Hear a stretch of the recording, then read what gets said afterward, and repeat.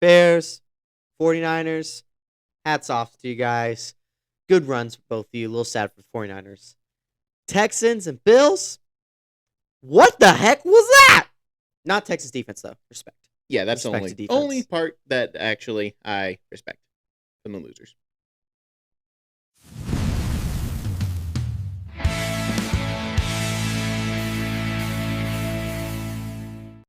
Christ is born. Glorify him. Welcome to Dynamite Duo Sports, the podcast where we break down the NFL's top storylines with the facts, including the fact that the Des Cotta game might have some company now. I'm Giuseppe. I'm Antonios. And today we're going to be recapping Divisional Round of the NFL playoffs, and we're also going to get into our thoughts about all the coaching madness that's going on in the NFL right now. And we'll talk about the openings, etc., etc., etc. So, let's not waste any time. Let's get into the first game of Divisional Round weekend, which was the Broncos versus the Bills. Broncos defeating the Bills 33-30. And honestly, this game was really, really fun until the very end. When Bo Nix, I'm not upset the Broncos won that game. Sure. But the thing that just makes it feel like they both lost was when Bo Nix announced that, Sean Payton came out and announced Bo Nix is out with a season-ending ankle injury. Even though he did an interview, walked off the field.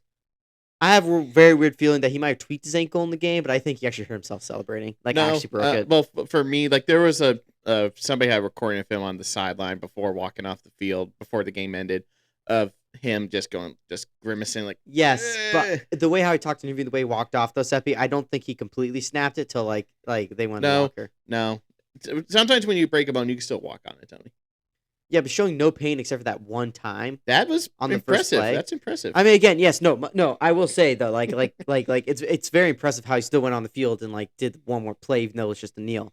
But still, I don't think Seppi he completely broke it till he went to the locker. I think that you could tell when he threw that pass to Mims that he got the PI on that his ankle wasn't right. No. What in the world's your point? You think he's partying and hurting himself? No. I'm saying he probably hurt himself in the game, but he didn't actually snap that bone till he went to the locker. No. I don't think he actually snapped it. Yes, there's no, Seppi, with the injury he had, there's no way he could have walked on that. There's just no way. If you have to get surgery, you can walk on it, Tony, but it's not walking. No signs of limping.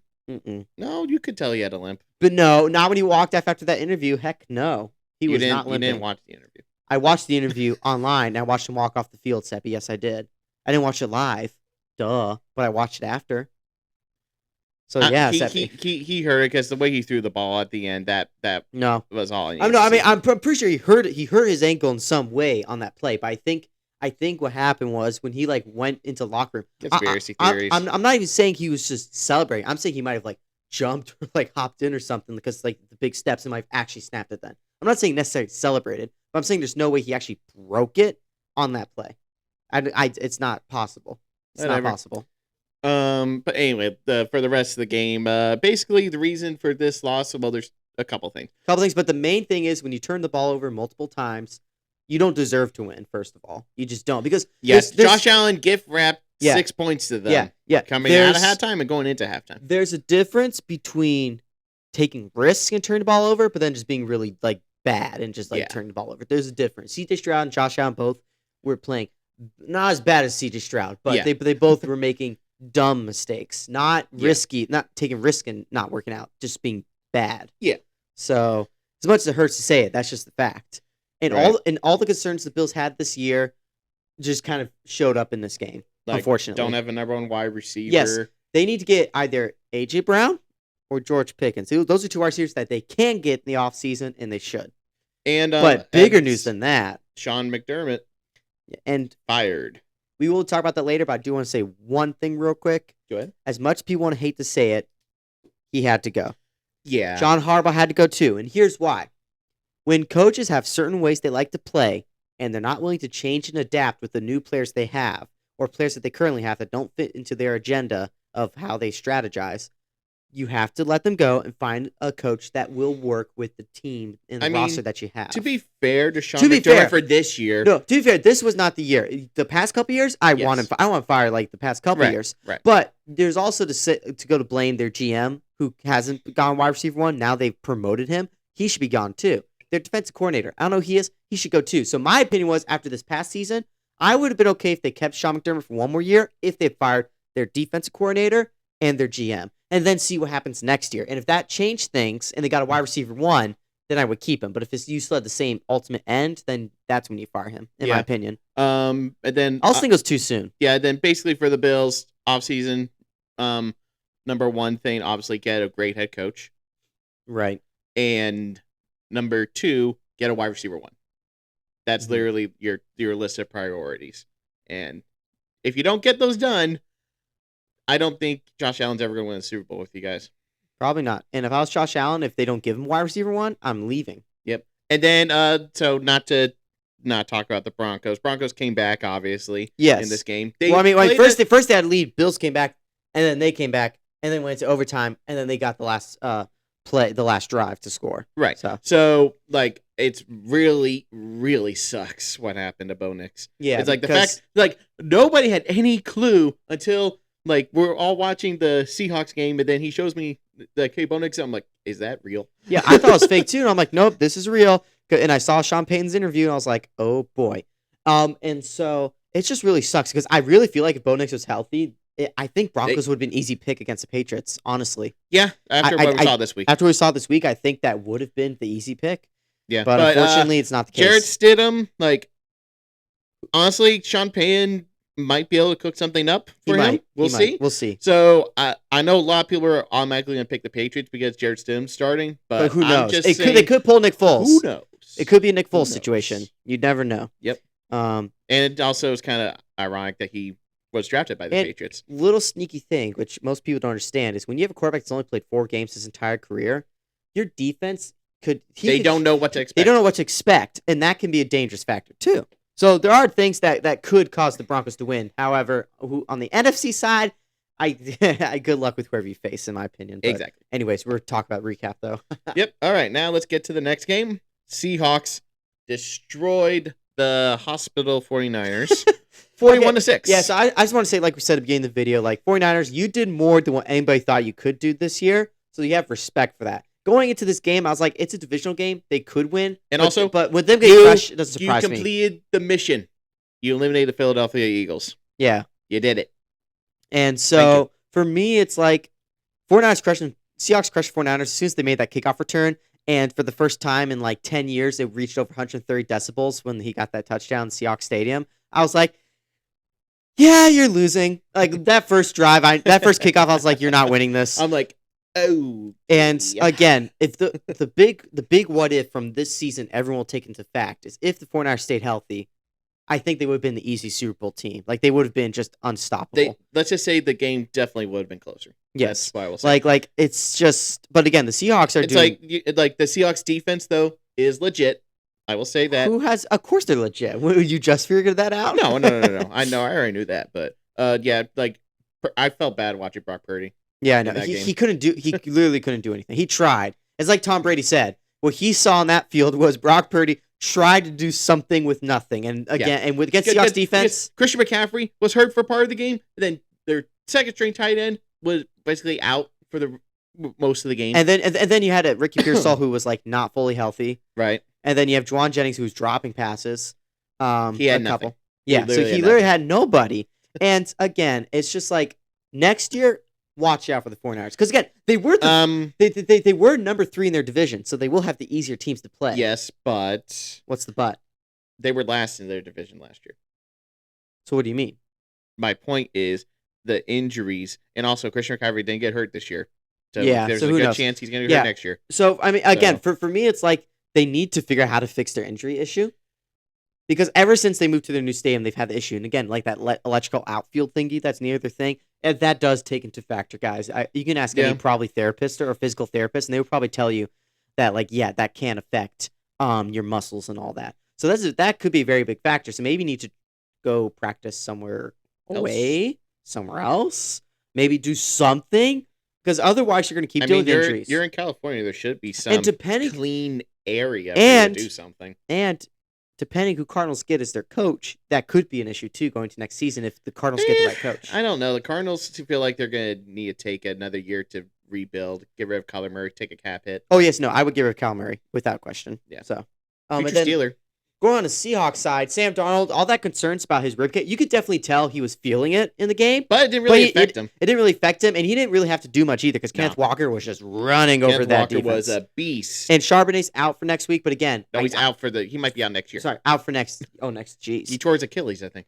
Oh, yeah, he did tear his ACL, so that could be... Yeah, that really sucks. But I don't think that'll affect him too much because Kenneth Walker used to be able to handle all the runs himself, and Kenneth Walker's kind of running back where he could very well easily handle it himself. And he finally got 3 touchdowns. Yeah. He finally got to score touchdowns. So all the people who drafted in fantasy. Normally Charbonnet got all the touchdowns. Next year, if Charbonnet, because Charbonnet probably will be out for a while, he probably will be a good person to draft. Yeah. Kenneth Walker. Just take that into factor. Another thing, too, is Sam Darnold got his first win in the playoffs, so that should boost his confidence. Even though he's playing against the Rams, who's like his kryptonite, that should boost the confidence for him. I mean, he did kind of, he had help from Rashid Shaheed in that game against the Rams last time. That Thursday night, oh boy, we are in for a classic. It's going to be a great game. Both games could have been amazing if again, the Broncos game could be amazing depending how their backup plays. So yes, Seahawks are just dominating. If they're playing the Bears, I probably would say it's an easy pick for Seahawks, but since they're playing the Rams, it's going to be a good one, and I'm happy for that. Yep. All right, next we had the Texans against the Patriots. Texans defense versus the Patriots defense. The Texans defense versus the Patriots. That's basically why I call it. Because the Patriots eventually, their offense was kind of moving the ball. Okay, it was 28-16. It wasn't that close. That's a that. It's in that, like, when you watch the game, you're like, it was never out of the Texans' reach to come back. You just didn't really feel like they were going to. Right. That was what happened in the game. And again, the Patriots did the same thing they did with the Chargers last week, where they weren't playing so hot, but then they needed that one drive in the fourth quarter to go down the field and get a touchdown to kind of keep it away. He did that against the Chargers, and Drake May did that against the Texans. So, I mean, that's pretty good. That's good going against the Broncos defense. But at the same time, you got to learn how to click the whole game, not just towards the end, because I don't know if you I don't know if you can necessarily rely on the Patriots defense as much as you can against the Broncos. I feel like the offensive line for the Broncos is much better than the Texans and Chargers, who have like the two worst. I will say one thing. The Broncos do have the defensive line to take advantage of Drake May's only weakness that I've seen this year. Yeah. He really doesn't know how to tuck the ball when there are people around him. Like he's too confident in the pocket. Yeah. A little too confident. Yeah. Is what I would say. Too confident. So for me, it's like you guys gotta adjust that, or you probably will lose. Because again, if you turn the ball over in your territory and such, the Broncos are probably actually going to score. I just don't see I could see the Broncos actually taking opportunities and scoring more in this game than the two past teams you've played. So there's for sure. You're going to have to be able to play well the whole game offensively. So I will say this: if the Patriots can play dominant offensively the whole game, then that's very good going to the Super Bowl. If your offense is clicking, you're going to win. How about that? Let's call it that. If your offense struggles, you might be in trouble. Yeah. Now the Texans, C.J. Stroud. What the heck was that? I'm really, really starting to think that the Panthers are looking back at their trade for Bryce Young. They're like, you know what? We're fine. We're fine with this now. Like C.J. Stroud his first year, they're like, oh, what do we do? That's why year one, you don't decide who's the better quarterback after year one. Yeah, because now look at Caleb Williams. Some quarterbacks take time, and sometimes they just don't have the good coaches. Right. So, because like you look at Caleb Williams, you get Ben Johnson, one of the greatest offensive coordinators, and comes in and turns their whole team around. So, and like again, Bears, we'll talk about them later, but shout out to Bears for their performance. But Texans, you might have a quarterback problem. Their defense is great. You might have actually won if you have put Davis Mills in the game. Yeah, I know. So that's the big. That's another what if. What if Davis Mills was playing? But then also because Davis Mills would know to just throw the ball away. Schultz got hurt. Their second string tight end got hurt. Nico Collins was out.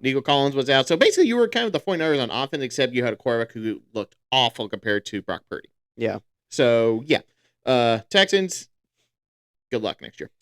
Yeah. Now, on to the game of the week, in my opinion. It was because this game was clean. Yes. Good football. Yes. You had the Rams take down the Bears 2017 in overtime. Started the week with overtime, ended in overtime. Wow.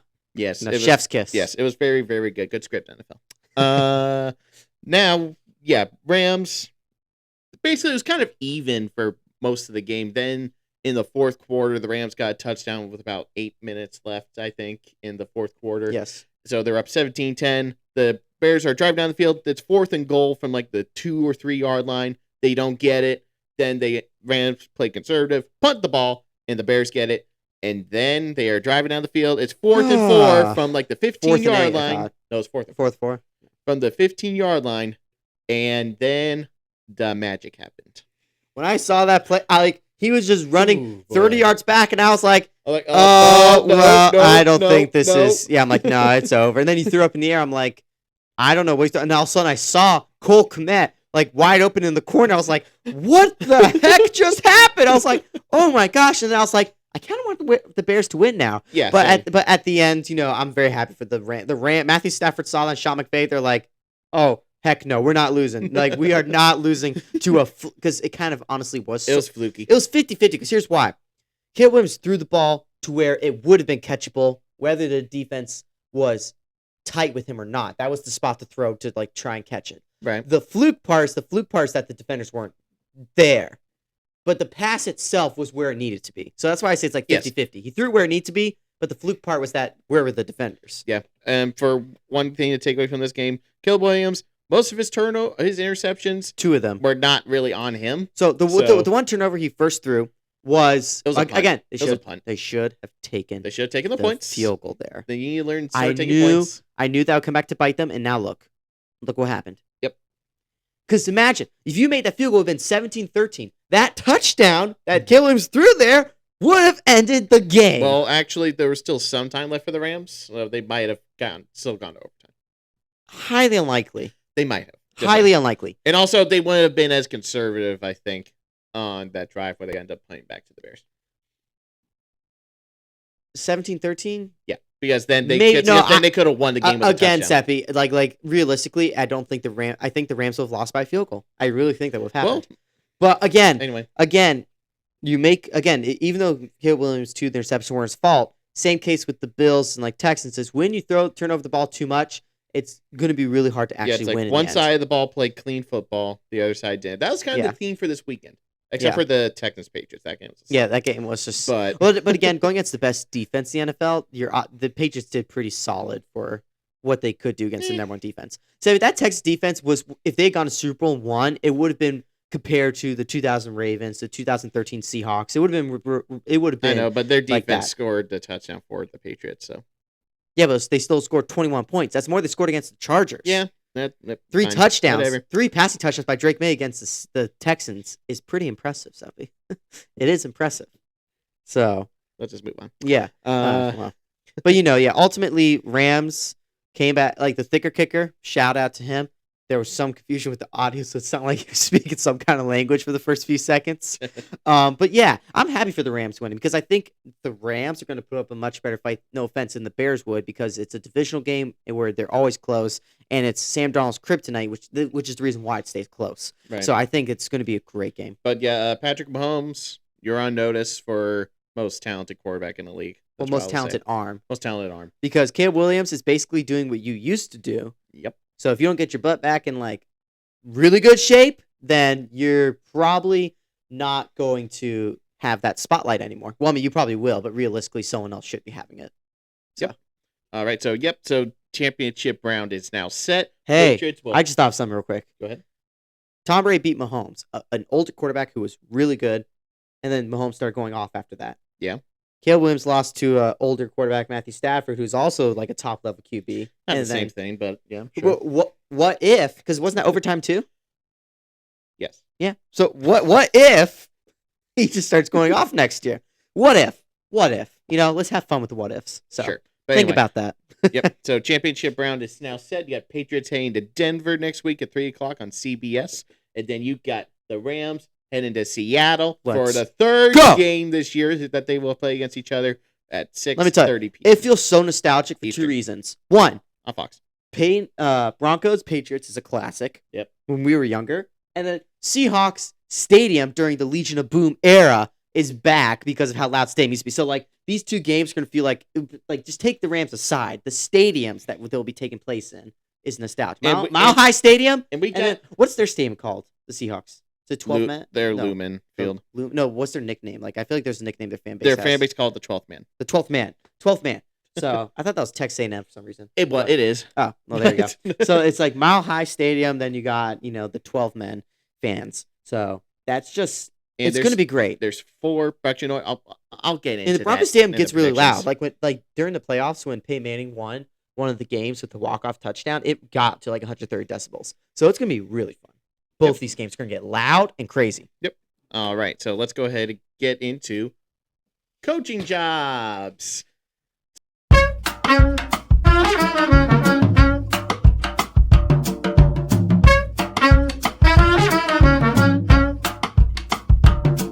So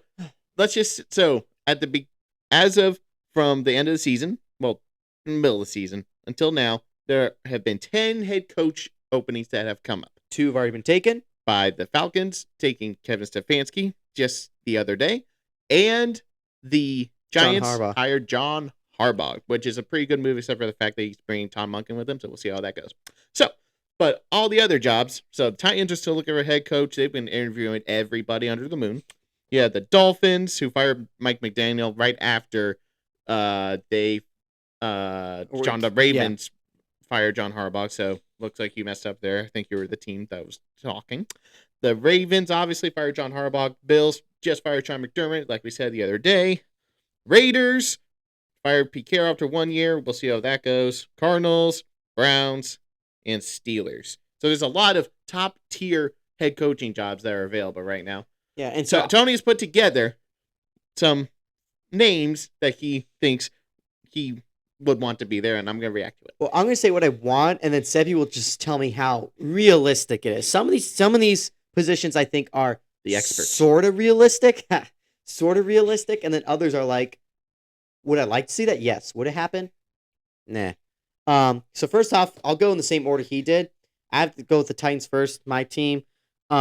So the Titans have a lot of promise after this past season. Mm-hmm. Really rough first half. Cam Ward solid second half. Solid second half. Like we saw a lot of promise, kind of like the Patriots last year. Not the same way, but pretty similar. Mm-hmm. So if they get the right coach, that'd be great. Mm-hmm. I want a coach who can actually has a good offensive mindset. 'Cause I think our defense is solid, and I think I don't want a defensive mindset coach. And so that being said, a coach that I know that we could probably get, because I don't think any of the top candidate coaches will come to ours, is Brian Dable. I just feel like he would do pretty well with Cam Ward. I think he could come up, he could conjure something up with the offense to make him better. And I think he would actually want to draft a great wide receiver. And I think he would build, I hope he would build the O-line. I don't know if he would, but that's what we need. O-line, like another wide receiver. So if we can do that, I think we'll definitely be like an 8-9 team next year. Like we'll actually look a lot better, which is what I'm hoping for. And that's why I want an offensive mindset coach. Okay. Next, I have Dolphins. Now we react? Oh, you guys right. Yeah, you can react. So I think that would be a good hire. The question for me is, do the Bills snatch him up first? That's the only thing I don't think Bill should, and I'll explain when I go to the Bills why. Okay. So as long as he's not going to Philadelphia to be their offensive coordinator, I'm good. I hope not. I hope not too excited. I kind of want Eagles or Cowboys to be worse in division next year, and I want both to be on the bottom. Hey. So sorry. I would love to see a Giants and like Redskins as the top 2 teams. That would be hilarious. Well, I mean, you can't see that anymore. We all call them Redskins. So, all right. So next up, Dolphins. Now, Dolphins is a kind of team which actually does have a lot of potential to be a good team. They? Yes, they do. Yes, they do.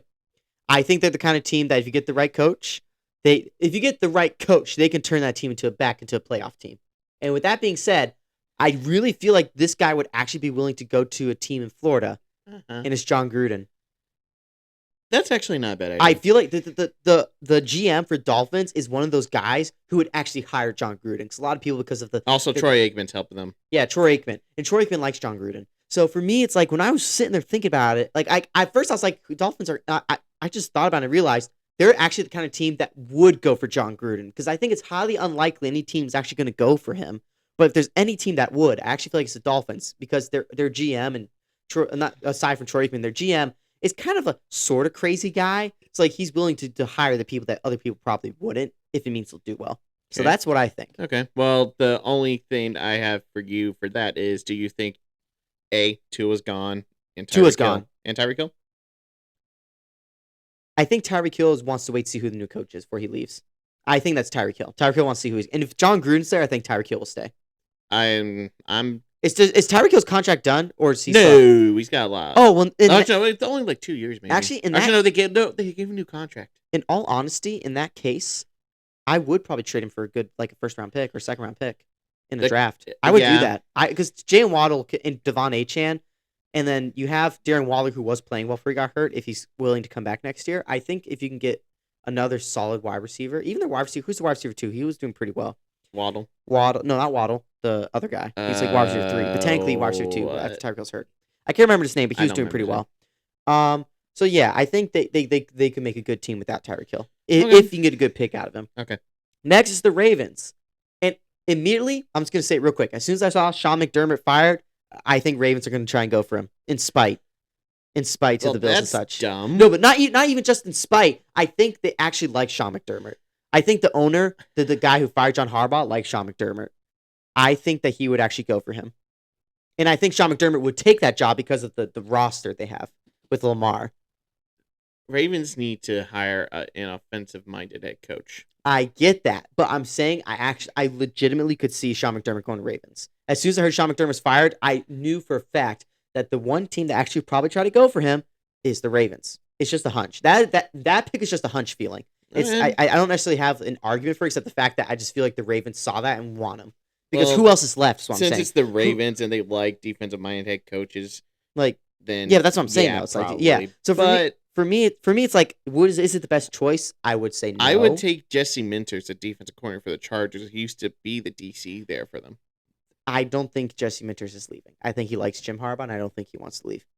In my opinion. He's going to leave eventually. Eventually, but not next year is what I'm saying. All right. Bills. Yeah, this is so here's what I'm saying about the Bills. If they made Joe Brady the head coach, I'd be fine with that. But here's my idea. No. If you have Joe Brady, who does have a good offensive mindset, the problem is that he just doesn't have the wide receiver 1. Like, he actually makes good calls. Like the hook and ladder. He's so successful at that play. I think Joe Brady's a great offensive coordinator, and I think he needs to stay as an offensive coordinator. And with that being said, if you have a great offensive coordinator like Joe Brady, I believe you should get a really good defensive coordinator to take over. And honestly, he might, and this person might end up finding the Bills defensive coordinator if he doesn't like him, and that's Brian Flores. I think Brian Flores, yes, would be great for the Bills because he would make their defense better, especially the run game. He would make the run game so much better. And I think if he would be the kind of player, because he knows Justin Jefferson, he knows how important it is to have a wide receiver 1, he would also try and get that done. I think Brian Flores would be a great coach for the Bills. And as long as they keep Joe Brady as their offensive coordinator. Well, here's the thing. What if you could get him as your defensive coordinator? Because his contract is up in Minnesota. If he becomes defensive coordinator and he joins the Bills, then I would take Joe Brady as their head coach. Okay. I like Joe Brady. I like him. And he's young. I like that. I like a young coach who could take him there for years. So, and that's all the feedback you got, I guess? For that, yeah. All right. So next up, I have the Raiders. The Raiders, I feel like the Raiders have potential to be a good team, but it's just like you don't really trust that they can. And I feel like the Raiders are going to make a sort of dumb pick, but a pick that could potentially maybe do well because this person was head coach before. It didn't go well, but I think it's just because he was on a bad team, and that's Robert Saleh. I don't think Robert Saleh is staying because so many teams actually want him as their head coach. And I think the Raiders, Tom Brady likes Robert Saleh a lot too. He always compliments how good he is with the defense mindset. Yeah. I think I could see that happening. And again, I don't think that's the greatest pick for the Raiders, but I have a weird hunch that that's the kind of person they go for. I need to know who his offensive coordinator is going to be. Right. That's the big issue for me. Is like if they get the right offensive coordinator, Robert Saleh's head coach, fine. Like if they and again, Robert Saleh was with the Jets, for example. So you can't really let's judge say him. They get Mike McDaniel, then I would say go for it. Yeah, Robert Saleh. So, because I think Robert Saleh was on the Jets, so you can't really give him a fair judgment on his coaching. And so I think Jets are just like a really bad team to go with until that owner is gone. Just like with the Redskins and all these other teams with bad owners, when they change their owners, they do better. I think that's the situation with the Jets. Next up, I have the Cardinals, and the Cardinals. I could see them going for just I think Cardinals are going to try and go for someone popular, but someone that might not necessarily be a good coordinator. And because everyone keeps talking about defensive coordinators as head coaches, so I think Cardinals are just going to go with that agenda, and they're going to go with someone like Vance Joseph from the Broncos, or he might try and get the Chargers defense coordinator. Reason why that definitely won't happen is because he used to be their head coach. Vance Joseph was? Yep. Oh, geez. That. Well, I was saying it also could be the Chargers defense coordinator. I think but he again, was at least. Am I wrong? I'm pretty sure he was. Well, see, I was first going for because a lot of people were talking about the Seahawks defensive coordinator, but again, I was like, Mike McDonald's part of the mindset as to why the defensive coordinator is good, and even Colts defensive coordinator is also supposedly a hot pick. So I think the Cardinals are going to pick some kind of defensive coordinator. So I think that's what they might go with, and honestly, they might take back Vance Joseph in this situation. Oh, actually, my bad. He was actually head coach for the Broncos. My bad. Oh, okay, yeah. Because I was about to say I don't recall that him being head coach. So, yeah. He was the interim head coach for the Cardinals at one point. So he was with the Cardinals. So they might want to take him back because he knows the team, and because the big move right now is defensive coordinators as coaches, and I don't get why, but I think that's why the Cardinals just fired defensive coordinator for head coach though. Right. So now at the Browns. Yeah, nobody wants to go to Browns. I feel like nobody wants to actually go and play and coach for the Browns. Hold on. So, are you gonna say Dion? No. Okay, good. Whew. I think the whoever goes to the Browns is going to be a person who's fired, who's desperate for a coaching position, and I think that coach is Raheem Morris. I think he's the kind of coach where like he'll take guy it. I had in mind. Who do you think? I was thinking you were thinking about Mike McCarthy. No, not Mike McCarthy. I think Raheem Morris is that kind of coach where no one's going to hire Raheem Morris as a head coach. So if he wants a head coach position, I think the only way he's going to get that is with the Browns. I don't think anyone else would take him as head coach. I mean, honestly, he should probably go to be a defensive coordinator. I get that too. I think he should. But Dallas. But I think Raheem Morris wants a head coach position. I think the only place he's going to get it is the Browns. And I think the Browns, because they're kind of dumb, is they'll take it. They'll take him. That's what I'm saying. No one wants to play for the Browns. So that's what I think for that one. Last one is Steelers. And I do believe that this would be a smart pick, and it's Mike McCarthy. I think Mike McCarthy, you need a head coach with an offensive mindset for the first time in forever for the Steelers, because I think No, more like ever. Like ever, period. They've only had 3 head coaches. Right, in the past 55 years. It's insane. So, like, for me, it's like you need to get a head coach with an offensive mindset so your offense can start actually playing well. Because I feel like your defense, if you get the right defensive coordinator, I don't know who your defense coordinator is right now, but he's got to go. I think his strategy is just awful. It's atrocious. And obviously Arthur Smith will be gone, so he'll be an OC for somebody somewhere. Yeah, I think Mike McCarthy probably would just take over the offensive coordination. Well, no, he's going to have an offensive coordinator, but he's going to be calling plays. Yes. So I think, I know for a fact I don't think Mike McCarthy would want to keep Arthur Smith. And I think Arthur Smith is looking for a head coach job, and if anyone's again, that might be a Browns head coach position too. Honestly, that's not the worst idea. It's not, because he does have the offensive mindset, and that could be helpful for the Browns. I get that. So, and I think I would take him over Raheem Morris, in my opinion, because with Shador, you want to try and build him up, right? But with the Steelers, I think Mike McCarthy would be a great pick. It's a new take. You're rebuilding. It's a new take. Would Aaron Rodgers come back if Mike McCarthy's head coach? I don't know, because I don't know if he has beef with Mike McCarthy or if he doesn't. I don't exactly remember what happened when he left. So in that scenario, I just see that being a smart pick for the Steelers. And so that's where I think it would be pretty cool. The main coaches for teams that I want, those Titans or Brian Dable. I want John Gruden to go to Dolphins because I think that'd be pretty fun to see. I do want Brian Flores to go to the Bills. I think that actually would help him a lot. I know he disagrees, but I think that'd be great. And then I want Mike McCarthy Steelers. Those are like the main 4 teams that what I want. And I think it'd be really cool if that happened. So yeah. Okay. But let us know what you think down in the comments below. If you are a fan of one of these teams, please comment who you want your next head coach to be. And also we'll have predictions out this week. Probably Thursday, Friday. We'll see when we do it. We will be out of town this weekend. So the video will probably be coming out on Tuesday. Again next week, for our recap of the championship games. So be sure to stay tuned for that. Be sure to like the video, subscribe to our YouTube channel, and also share the video with friends and family who you think would be interested. So and also follow us on Facebook, Instagram, TikTok, and X. Thank you so much for watching. I'm Giuseppe. I'm Antonios. And this has been Dynamite Duo Sports. The season's almost over, guys. Enjoy it while it lasts. And then you got UFL later. Yeah, we'll see. See ya. That was it. I know it wasn't very good. See ya. That was much better. Yes. Very good throw. That might be my That's best a Tom Brady throw, though, not a Dak Prescott throw. So.